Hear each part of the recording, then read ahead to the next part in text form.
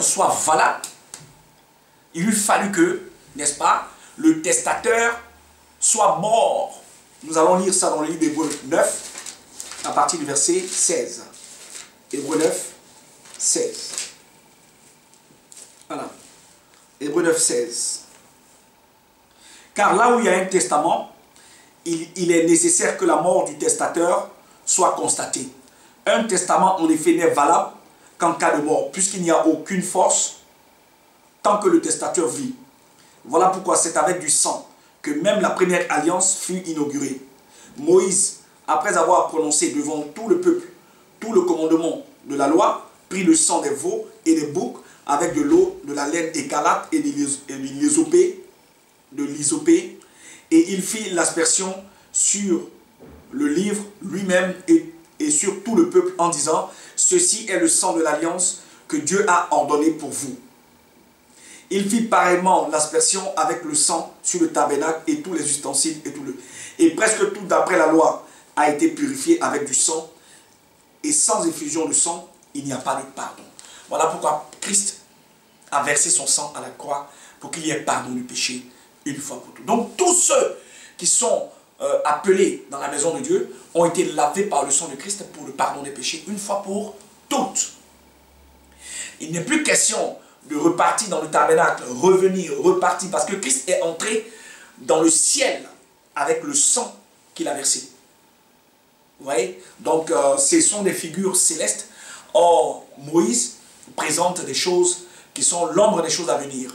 Ce n'étaient pas des choses qui étaient éternelles. Donc, ici, vous jugez vous-même que la loi, cette alliance qui a été faite avec les enfants d'Israël sous Moïse, elle n'était pas permanente. Voilà pourquoi Christ est venu refaire une nouvelle alliance. Il a versé son sang précieux et il nous a racheté de la mort en offrant son sang à la croix pour que nous soyons pardonnés pour nos péchés.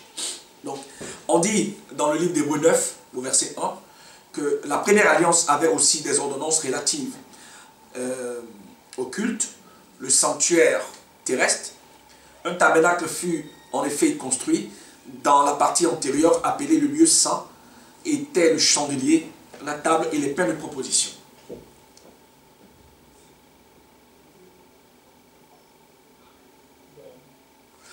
Renfermant l'autel d'or pur, le parfum, l'arche de l'alliance, entièrement recouvert d'or. Il y avait dans l'arche un vase d'or contenant la manne, la verge d'Aaron, et qui avait fleuri les tables de l'alliance. Vous voyez, tous ces symboles-là sont les symboles de Moïse.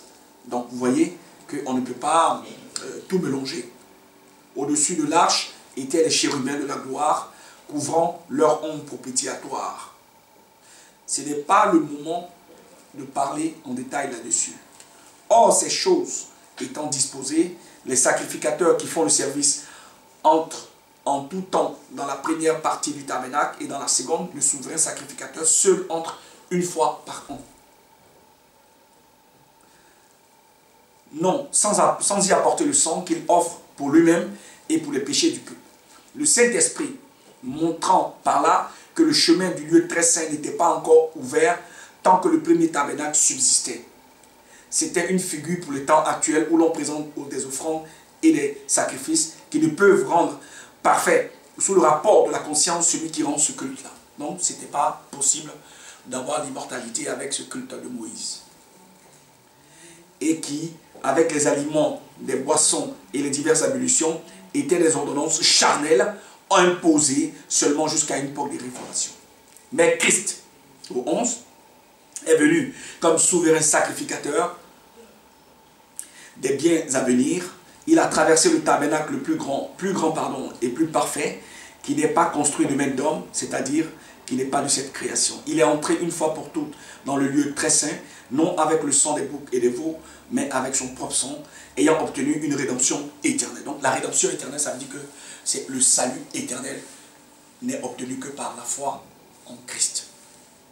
Car le sang des taureaux et des boucs, la cendre d'une vache répandue sur ceux qui sont souillés, sanctifie et procure la pureté de la chair.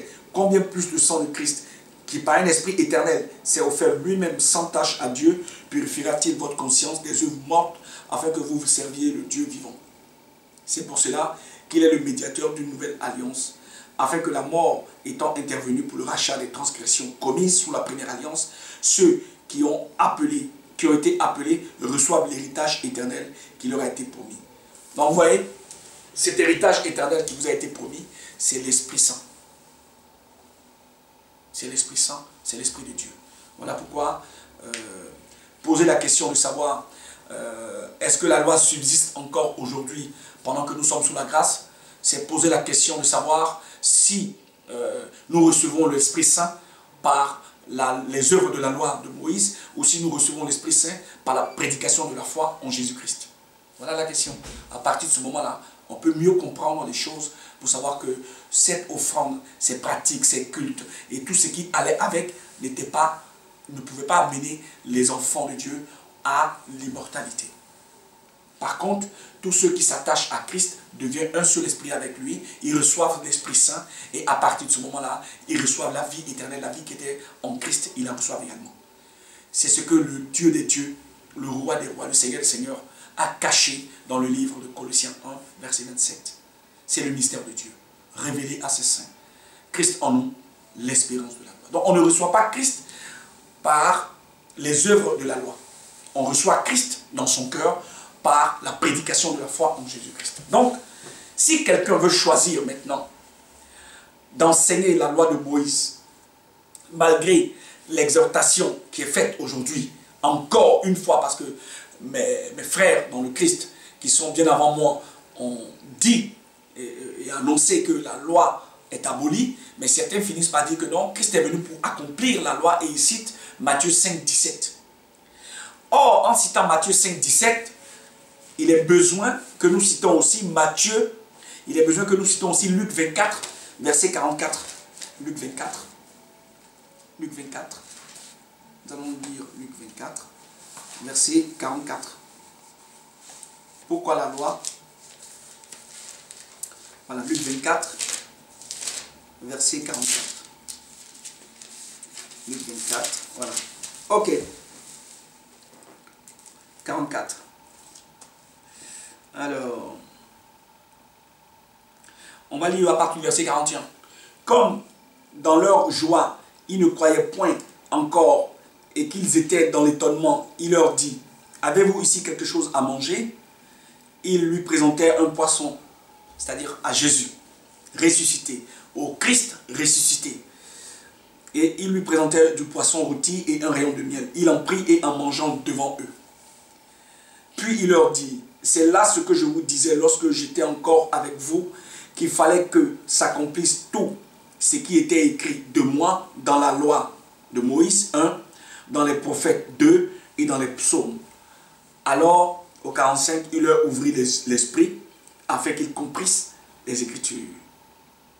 Et il leur dit, ainsi il est écrit que le Christ souffrirait, qu'il ressusciterait des morts le troisième jour, et que la repentance et le pardon des péchés seraient prêchés en son nom à toutes les nations, à commencer par Jérusalem.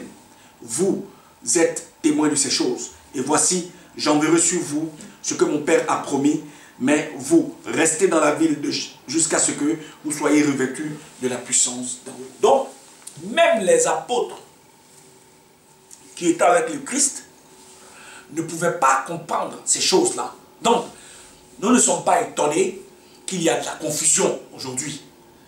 Parce qu'ils ne peuvent comprendre les Écritures saintes que ceux qui ont reçu le Christ dans leur cœur. Ceux qui ont reçu l'Esprit Saint. Or, on ne peut pas recevoir l'Esprit Saint par les œuvres de la loi. On ne reçoit l'Esprit Saint que par la prédication de la foi en Jésus-Christ. Donc, c'est par la foi que toutes ces choses-là nous sont données. Donc, si quelqu'un, aussi longtemps qu'il demeure dans la loi, il sera privé de la gloire de Dieu.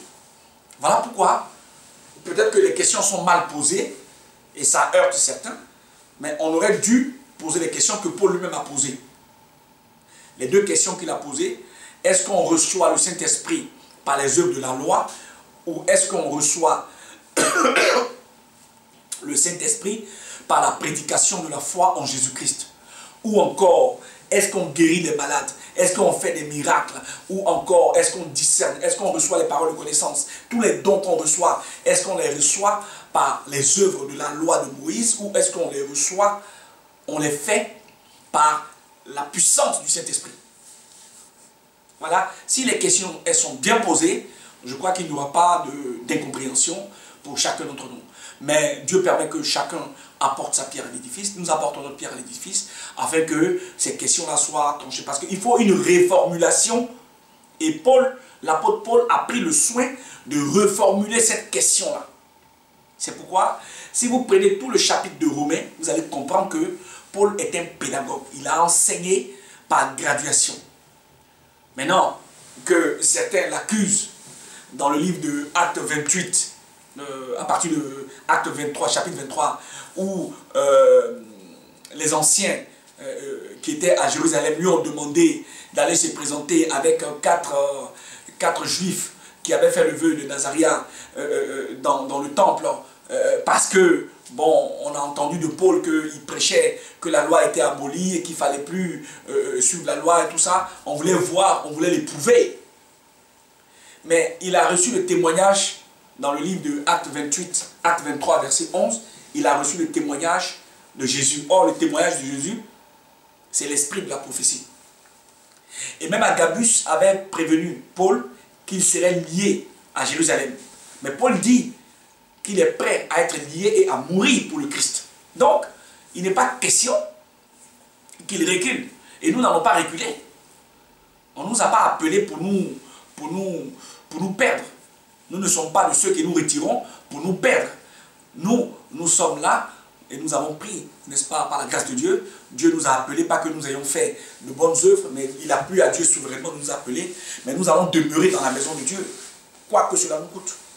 Voilà pourquoi il est bon de repréciser, de reformuler les questions, afin que les gens sachent qu'ils n'obtiendront jamais l'Esprit de Dieu par les œuvres de la loi. C'est ce qu'il faut dire. Comme ça, tout le monde comprend. Parce que si on obtenait l'immortalité par les œuvres de la loi, ça se saurait. Parce que les hommes sont morts de Adam jusqu'à Moïse. C'est en Christ que nous vivons. Vous voyez, c'est très important. Donc, je ne vais pas faire le parcours de tout le livre de Romains. Je pense que j'en ai dit suffisamment. Je pourrais continuer plus tard. Mais sachez que, à la question de savoir si la loi est abolie, le Christ lui-même a répondu à la question. Il est venu pour accomplir la loi. Maintenant que la loi est accomplie, qu'il est mort, qu'il a été enseveli 3 jours et 3 nuits, qu'il est ressuscité, le testament maintenant est valable. Hébreux 9, verset 16. Puisque le testateur, le Christ, qui a apporté la nouvelle alliance, est mort. Donc, il n'est plus sous la loi. C'est ce que dit le livre de Romains également. Romains, nous allons prendre le livre de Romains. On va prendre le livre de Romains. Vous allez voir. On va prendre Romains 3. Romains 3, voilà. Prendre le livre de Romains 3.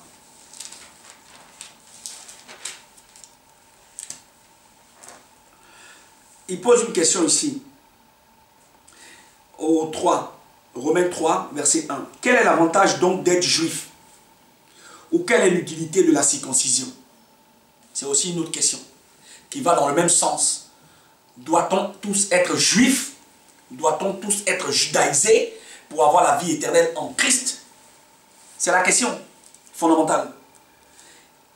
Qu'est-ce qu'il répond? Il est grand de toute manière et tout d'abord en ce que les oracles de Dieu leur ont été confiés. Premièrement, les oracles de Dieu leur ont été confiés. Et quoi? Si quelques-uns n'ont pas cru, leur incrédulité anéantira-t-elle la fidélité de Dieu? Loin de là. Que Dieu, au contraire, soit reconnu pour vrai et tout homme pour menteur, selon qu'il est écrit, afin que tu sois trouvé juste dans tes paroles et que tu triomphes lorsque tu juges. Donc, Dieu triomphe toujours dans son jugement. Parce que ce n'est pas tous les Israélites qui ont accepté, n'est-ce pas, l'évangile. Quoi donc? Sommes-nous plus excellents? Nullement. Car nous avons déjà prouvé que tous, juifs et grecs, sont sous l'empire du péché. selon qu'il est écrit, il n'y a point de juste, pas même un seul. Nul n'est intelligent, nul ne cherche Dieu, tous sont égarés, tous sont pervertis. Il n'en est aucun qui fasse le bien, pas même un seul. Leur gosier est un sépulcre ouvert, ils se servent de leur langue pour tromper. Ils ont sous leurs lèvres un venin d'aspic. Leur bouche est pleine de malédiction et d'amertume. Ils ont les pieds légers pour répandre le sang. La destruction et le malheur sont sur leur route. Ils ne connaissent pas le chemin de la paix. La crainte de Dieu n'est pas devant leurs yeux. Or, nous savons que tout ce que dit la loi, elle le dit à ceux qui sont sous la loi, afin que toute bouche soit fermée et que tout le monde soit reconnu coupable devant Dieu. Donc, tant que vous parlerez de ces choses-là sous la loi vous jugera. Or, le salaire du péché, comme on dit dans le livre de Romains 6, 23, c'est la mort. Donc, vous avez tous été reconnus coupables, n'est-ce pas, de transgression, parce qu'aucun homme n'a été trouvé juste, même pas un seul sous la loi n'a été trouvé juste devant Dieu. Voilà. Pour que Dieu soit trouvé vainqueur et que tout homme soit trouvé menteur sous la loi de Moïse. Donc aujourd'hui, on continue, car nul ne sera justifié devant lui par les œuvres. Aucun homme, Paul dit, Romains 3, 20, car nul ne sera justifié devant lui, ça veut dire devant Dieu, devant le Seigneur, par les œuvres de la loi, puisque c'est par la loi que vient la connaissance du péché. On ne connaît le péché que par la loi. Parce que là où la loi abonde, la foi surabonde. Donc c'est parce que la loi existe que le péché aussi existe.